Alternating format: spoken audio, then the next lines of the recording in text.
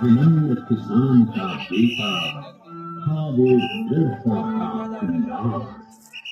वल्लभ भाई पटेल नाम कहलाता था सरदार। कृषक कार्मिक जनगण से था उसको प्यार अपार। अखिल देश ने उसे रहनुमा किया था स्वीकार। गांधी बापू का शिष्य, सत्य अहिंसा का अवतार, किंतु एक भारत करने को धर लेता हथियार। लौह पुरुष संबोधन था वो लोहे की दीवार। तेज पुंज तुम, शक्ति पीठ तुम, बल का सागर अपरंपार। ऋणी देश का नम्र नमन तुम स्वीकारो सरदार।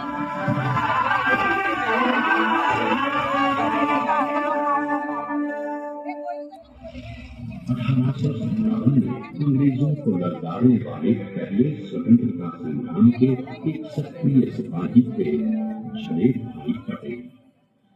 करमसद गांव के इस बहादुर देशभक्त किसान और उनकी पत्नी लाडबाई के 5 बेटों और एक बेटी में से चौथे पुत्र थे वल्लभ भाई। बालक वल्लभ ने करमसद के बाद नडियाद से अपनी हाई स्कूल की शिक्षा पूरी की। फिर 13 साल की उम्र में उनकी शादी भी हो गई, छोटी सी झुलेबान से। 2 बच्चों, बेटी मणि बहन और बेटे गाया भाई को जन्म देने के बाद झवेरबाई असमय ही चल बसी।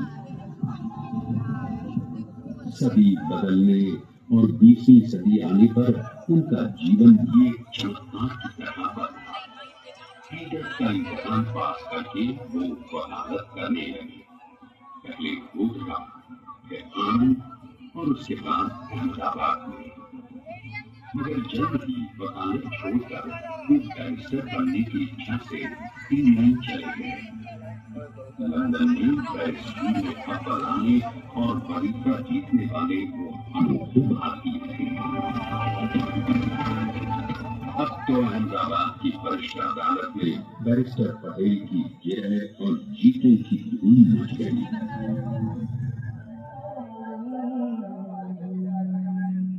तभी एक युग पुरुष ने वल्लभ भाई के जीवन की धारा ही बदल दी।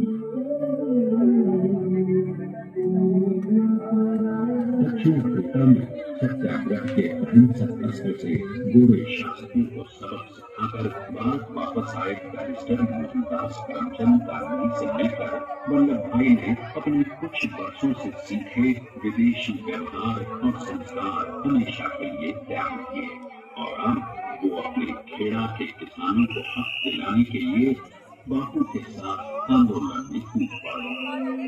अब उनके पैरों में जूते नहीं, गांव की धूल थी।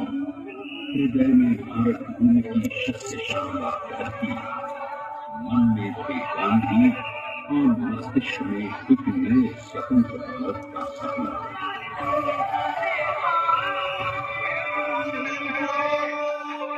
कभी बारडोली के मजबूर मजलूम किसानों की यातना का समाचार उनके पास पहुंचा।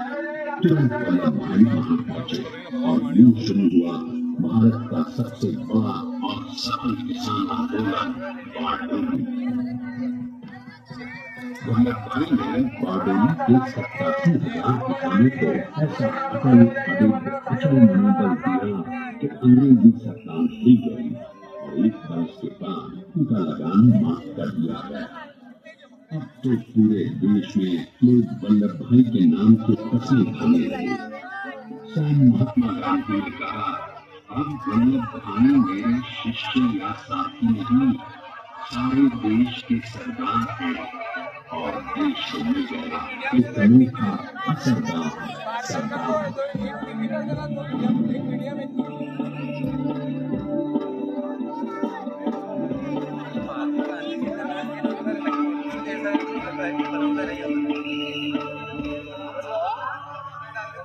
सरदार पटेल के नाम और देशभक्ति से अंग्रेज डरकर कांपने लगे। 1930 के नाथ सत्याग्रह और गांधी पूछे वे बापू से भी पहले गिरफ्तार किए गए। तो सन 1932 में फिर उन्हें बापू के साथ ही जेल में 2 सालों के लिए डाल दिया गया। अगर आजादी के दीवानों को, स्वतंत्रता के परवानों को कौन गिरफ्तार करता है? जेल से छूटते ही सरदार को कांग्रेस के नए राष्ट्रपति चुना गया और उनकी सरपरस्ती में राष्ट्रवादी भारतीयों ने तमाम ब्रिटिश सूबों में जीत हासिल कर वहां अपनी स्थानिक सरकारें बनाई। तो सरकार का सपना केवल सरकार बनाना नहीं था, उनका स्वप्न तो था कि कैसे नए भारत का, जहाँ हर रंग, हर रूप, हर जात मजहब प्रत्येक हिंदुस्तानी एक साथ मिलकर एक ऐसा नया भारत बना सके जहाँ पूर्ण स्वराज के साथ सारे समाज को गरीबी, शिक्षा, छुआछूत से भी आजादी मिल जाए।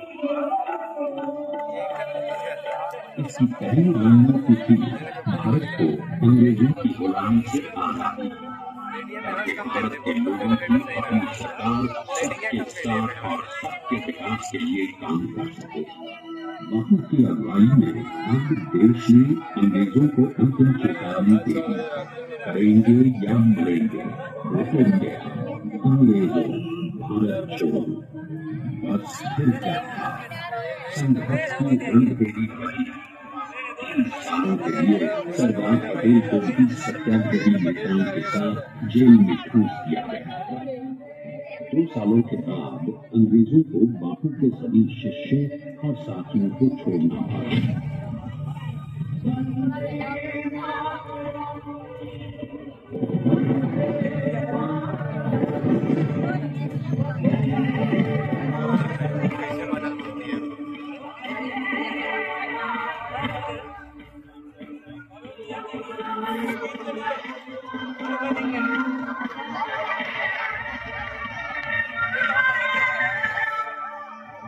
स्वतंत्रता के स्वप्न के सच होने के साथ अब सरदार पर कई एक नई जिम्मेदारियां थी। आने वाली आजादी की तैयारी और एक नए भारत के लिए नए लोकतांत्रिक संविधान की संरचना। जैसा उनके साथी ने खुद कहा था, सरदार ने ही 6वीं हथौड़ी लेकर एक नए भारत को उकेरा।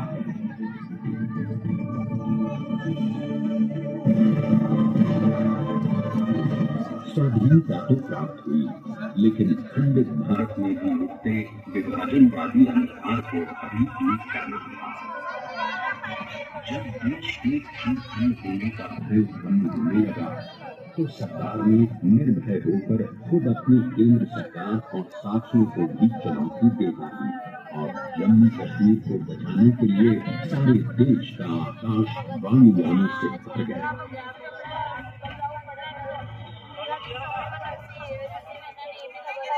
और फिर हैदराबाद और जूनागढ़ के भारत में विलयीकरण को पाकिस्तान से चुनौती मिली। सरदार चाहते थे कि देश की 1 इंच धरती अब और विभाजित नहीं होनी चाहिए। नए भारत को रूप करने के लिए समझा बुझाकर मना कर 565 रियासतों को सरदार ने अपनी सूझबूझ सदाशिवता संभल से एक नए स्वतंत्र भारत का अभिन्न अंग बना दिया। हमारे इतिहास में अखंड भारत के उद्धार का ये एक महान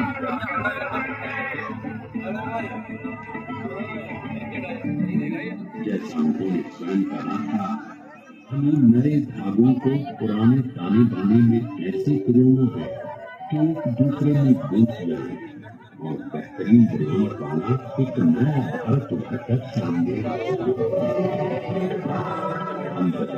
अपने वज्र दृढ़ संकल्प से एक नया विराट विशाल एक भारत श्रेष्ठ भारत बनाकर दिखा ही दिया सरकार ने। संसार के सबसे बड़े प्रजातंत्र के शिल्पी को प्रणाम करने के लिए देश ने बनाया है ये समर्थ स्मारक। स्वाधीन भारत को समर्थ भारत में बदलने वाले सरदार पटेल को समर्पित प्रेरणा ही है। प्रधानमंत्री श्री नरेंद्र मोदी के नेतृत्व में भी विश्व की इस विशाल प्रतिमा के सामने आकर सारी दुनिया ऐसे स्वयं की नतमस्तक हो जाती है।